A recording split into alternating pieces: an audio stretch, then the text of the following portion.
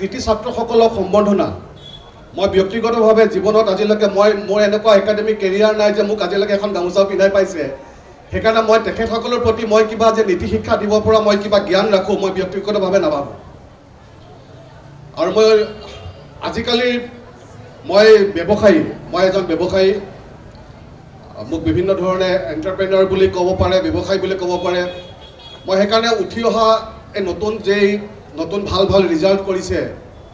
মই আপোনালোকক এটা কথা ক'ম যে মেট্ৰিকৰ পৰীক্ষাতে গামোচাখন পিন্ধি হায়াৰ ছেকেণ্ডেৰীলৈ ৰাখিব।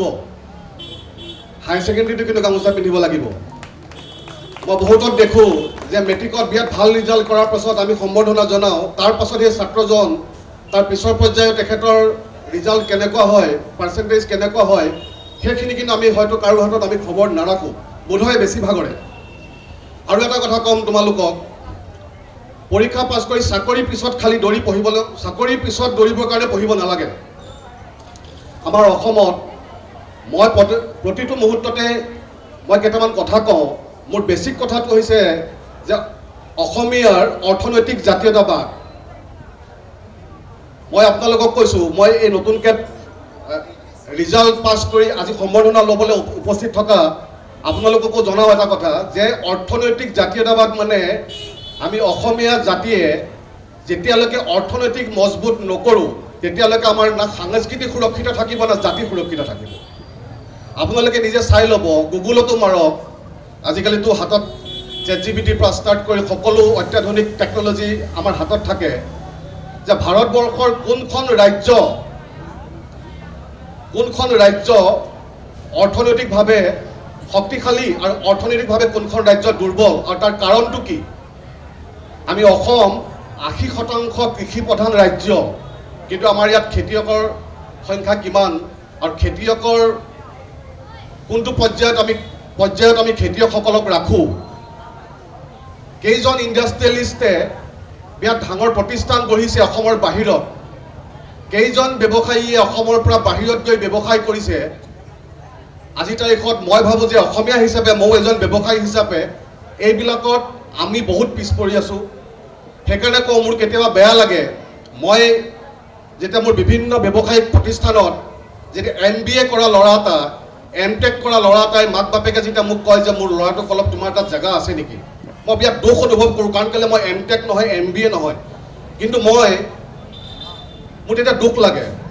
সেইকাৰণে মই আপোনালোকক কৈছোঁ যে মা দেউতাক সেইটো পৰ্যায়লৈ নিনিব।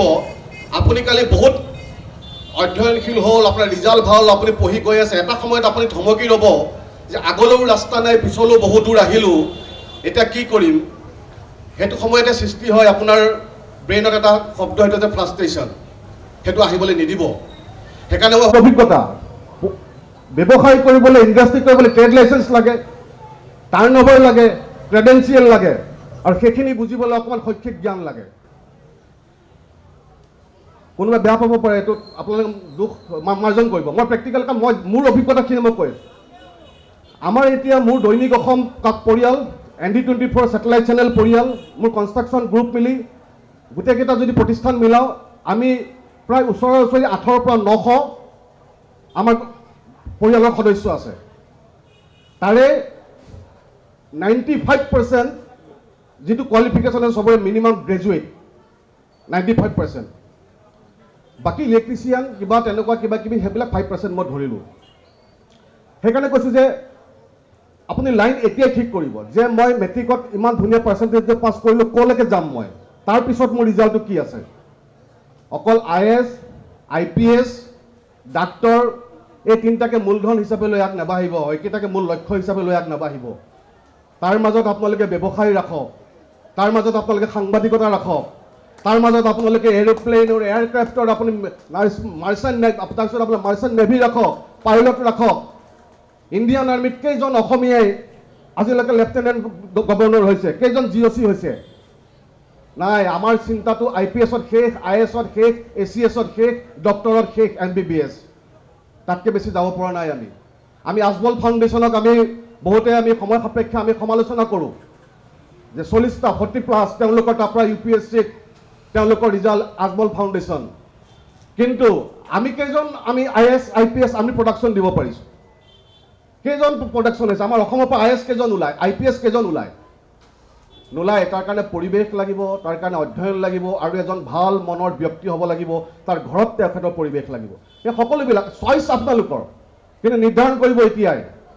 এই বৰ্তমান চলি থকা যুগ, কম্পিটিশ্যনৰ যুগ, বহুত টাফ পাব আপোনালোকে। ঘৰত এতিয়া মা দেউতাৰ ছত্ৰছায়াত, মা দেউতাই স্কুলত থ'ব গৈছে, আনিব গৈছে, টিউশ্যন দিছে, চব অ'কে। যিদিনাখন আপুনি ঘৰৰ বাহিৰত ভৰিৰ এখোজ থ'ব, যিদিনাখন ঘৰৰ কাৰণে 1 কিলো চাউল কিনিব লগা আপোনাৰ চিন্তা আহিব, যদি ভাড়া ঘৰত থাকে, যদি ঘৰটোৰ ভাড়া দিব লাগে, যদি চিন্তাৰ আপুনি যদি অধিকাৰী হয়, যদি ভণ্টিজনী বিয়া আছে, বিয়াৰ খৰচৰ কাৰণে যদি আপুনি চিন্তা কৰিব লগা হয়, যদি মা আৰু দেউতা যদি নৰিয়াত পৰে হস্পিটেলৰ, যদি পেমেণ্ট পইচাৰ কাৰণে আপুনি চিন্তা কৰিব লগা হয়, মই ভাবোঁ আপোনালোকে এতিয়াই চিন্তা কৰক। কিন্তু সময়ৰ লগত সময় গৈ থাকিব, পঢ়ি গৈ থাকিব, ৰিজাল্ট ভাল হৈ গৈ থাকিব, চব অ'কে।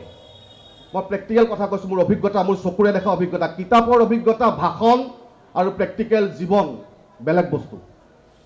মই নিজে ব্যক্তিগতভাৱে মোৰ প্ৰয়াত দেউতা থানেশ্বৰ বৰা ডিব্ৰুগড়ৰ, মোৰ প্ৰয়াত মাতৃ সবিতা বৰা, খেৰৰ পানী পৰা ঘৰৰ পৰা মই আহিছোঁ। মোৰ আজি 30 বছৰতকৈ বেছি হ'ল। মই আজি 2 বছৰৰ আগতে মোৰ নিজৰ ঘৰটো সম্পূৰ্ণ কৰিব পাৰিছোঁ আপোনালোকৰ চকুৰ আগত। মই লুকাব লগা একো নাই, সত্য কথা এইবিলাক। মই কষ্ট কৰিছোঁ, মই ডিচাইড কৰি ল'লোঁ। মই যে ক'লোঁ আপোনালোকক যে মই শৈক্ষিকভাৱে এনেকুৱা সফলতা অৰ্জন কৰা নাই যে কোনোবাই মোক গামোচা পিন্ধাব পাৰিব, মই তেতিয়াই ঠিক কৰিছোঁ। মই পঢ়ি শুনি কি কৰিম? মই চাকৰি কৰিম। চাকৰি নকৰোঁ, মই চাকৰি দিম। আপুনি ঠিক কৰি লওক, চাকৰি দিবনে চাকৰি কৰিব? চাকৰি দিলে অৰ্থনীতি মজবুত হ'ব, চাকৰি কৰিলে আপুনি একো অৰ্থনীতিত আপুনি কোনো যোগদান দিব নোৱাৰে। লওক, আপুনি MBA কৰক, MTech কৰক, BTech কৰক, যিমান যে আপুনি হাৰ্ভাৰ্ডৰ পৰা আহক, অক্সফৰ্ডৰ পৰা আহক, কেম্ব্ৰিজৰ পৰা আহক, কিন্তু আপুনি দৈনন্দিন জীৱনত কেনেকৈ চলিব লাগিব এইটো আপুনি নিজে যেতিয়া ৰাস্তাত উজুত খাব তেতিয়াই শিকিব। সেই কথাটো আপোনাক হাৰ্ভাৰ্ডেও নিশিকায়, কেম্ব্ৰিজেও নিশিকায়, অক্সফৰ্ডেও নিশিকায়। বিশেষ নকওঁ, আপোনালোক সকলোলৈ শুভেচ্ছা থাকিব, যাতে হায়াৰ ছেকেণ্ডেৰী পৰীক্ষাটো আপোনালোকৰ পৰা আমি এনেকৈ ধৰণে যদি আমি নিমন্ত্ৰণ যদি পাওঁ আমিও আহিম।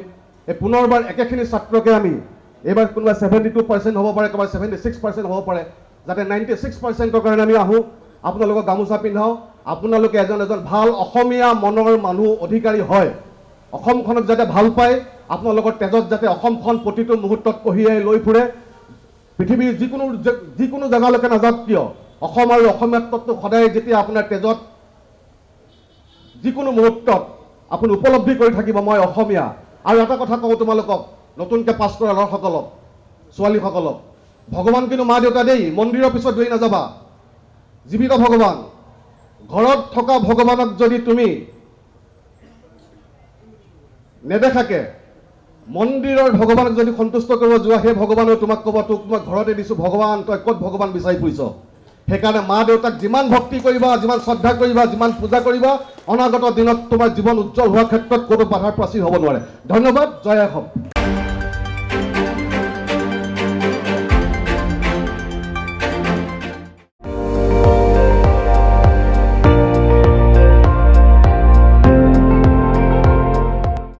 আপুনি চাই আছে ND24, সৰ্বশ্ৰেষ্ঠ নহয়, সৰ্বোত্তমৰ দৌৰ।